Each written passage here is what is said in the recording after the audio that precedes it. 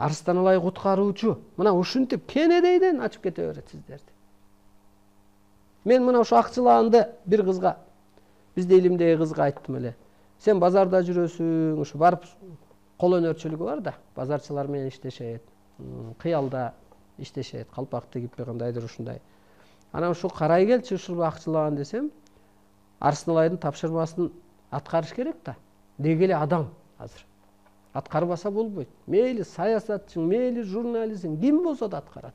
Себеби бир окко биригет.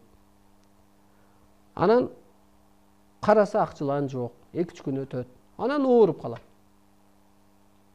Алсырайт, духу түшөт, иши жүрбөйт. Анан акчылаан оюна келет да, анан ушуну тигип, бычып баштаган кезде эле анан ысып, духу көтөрүлүп, мунап келип мага өткөргөндөн кийин иши жүрүшүп. Анан мен ушуну акчылаанды өп коем мынтип. Карачы кандай сулуу тигилген. Көрдүңүзбү? Акчаны өпкөндөн көрө акчылаанды өп.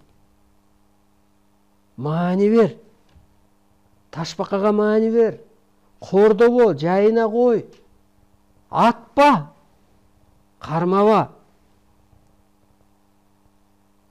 Мына урматтуулуу журтум. Жердин да ээси бар экен.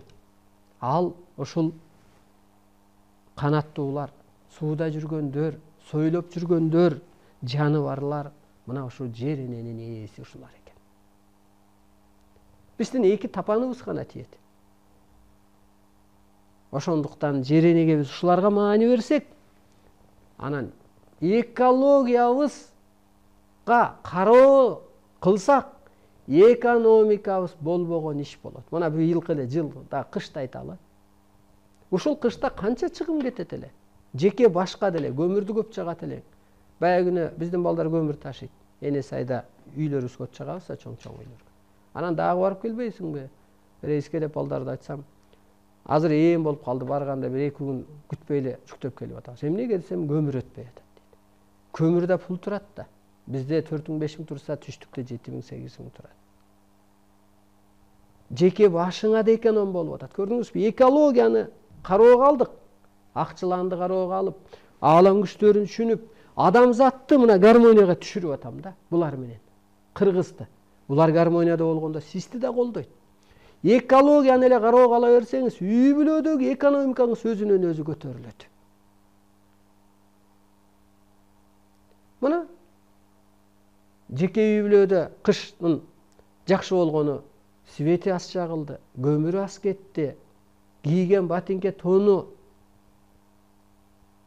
мамлекетке деле көчөдөгү чыгымы, тусу, куму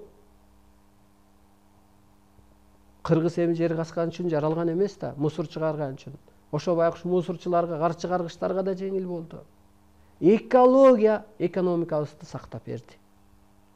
Биз экономика эле деп атабыз да. Биринчи сен өзүң адалдашчы. Асманбы, жерби сага бир ырыскыны берет, жаныңды кыйнабагыдай. Ошондуктан биринчи мамлекет башчылары азырчы кыргызды кароого чыгарыш керек. Жана антип штраф салбаш керек. Арбайдыга эле штраф салып атат да. Кыргыз өзү арбайда. Психологиясын бузуп атат. Кайсы жерде мени ГАИ токтотот, кайсы жерден штраф салат. Эми биз ошол ичип жегелерди эле багыш үчүн биз ушул